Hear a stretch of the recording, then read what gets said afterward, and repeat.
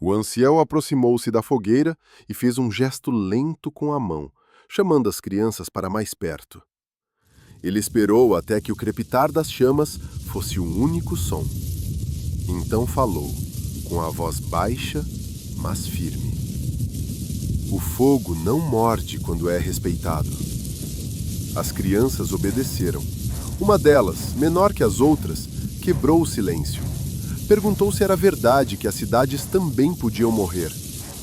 O ancião não respondeu de imediato. Inspirou fundo. E então negou com a cabeça. Disse que cidades não morrem. Disse que cidades lembram. Ele pediu que escutassem bem. Não contaria aquela história para assustá-las, explicou, mas para impedir que repetissem o mesmo erro. Antes das cinzas que hoje cobrem o vale ao sul, começou, existiu uma cidade chamada Mirhavel. Ele a descreveu como branca como ossos antigos e rica a ponto de provocar inveja em reis distantes.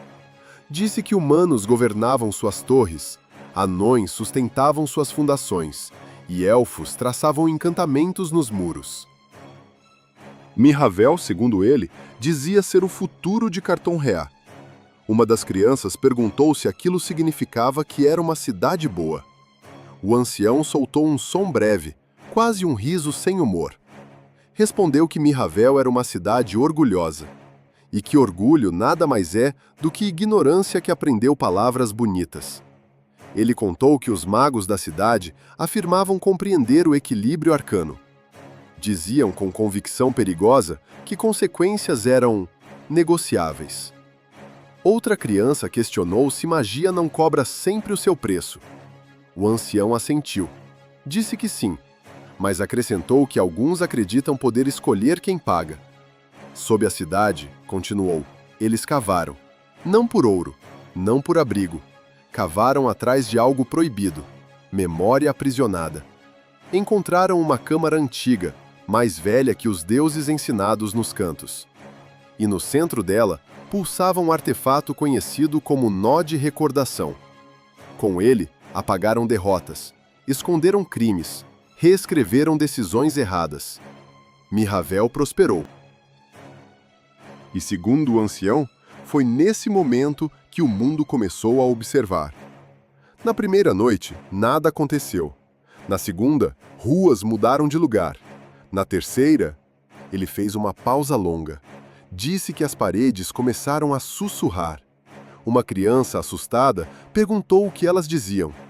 O ancião respondeu com uma única palavra: nomes. Nomes de trabalhadores enterrados vivos nas fundações.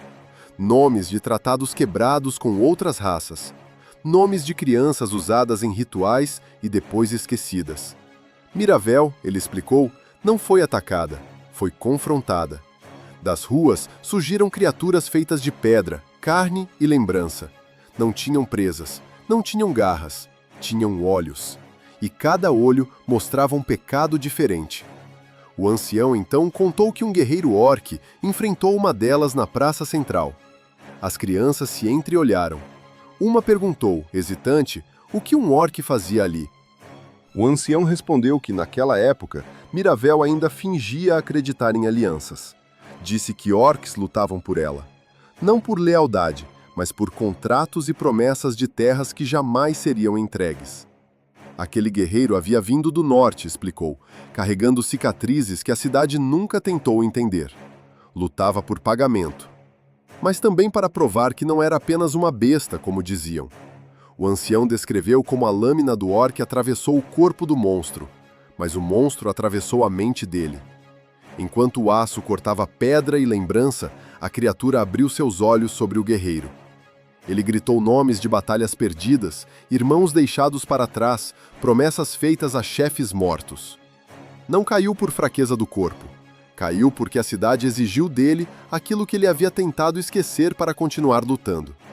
Elfos tentaram selar as torres com magia viva. A magia se voltou contra eles, transformando feitiços em correntes de luz quebrada. Anões lutaram como sempre lutam, ombro a ombro, até que não restasse ombro algum. O céu, disse o ancião, ficou vermelho por 3 dias. Não por fogo, por vergonha. Quando o nó de recordação finalmente se rompeu, Miravel não explodiu. Afundou, como alguém esmagado pelo peso da própria culpa. Onde havia torres, hoje existem ruínas que mudam quando ninguém olha. Uma criança perguntou quase em sussurro se elas ainda estavam lá. O ancião respondeu que sim, e que lembram de tudo. Foi então que ele disse ser por isso que ensinava aquelas crianças a respeitar o chão onde pisam, a ouvir o vento e a desconfiar de promessas fáceis. Disse para não seguirem líderes que prometem apagar o passado, para não confiarem em magia que não exige sacrifício, e para nunca tentarem fazer Carton Ré esquecer, porque o mundo sempre lembra, e quando lembra, cobra com juros. Por fim, mandou que fossem dormir. Amanhã, disse ele, aprenderiam outra história, se o mundo permitisse.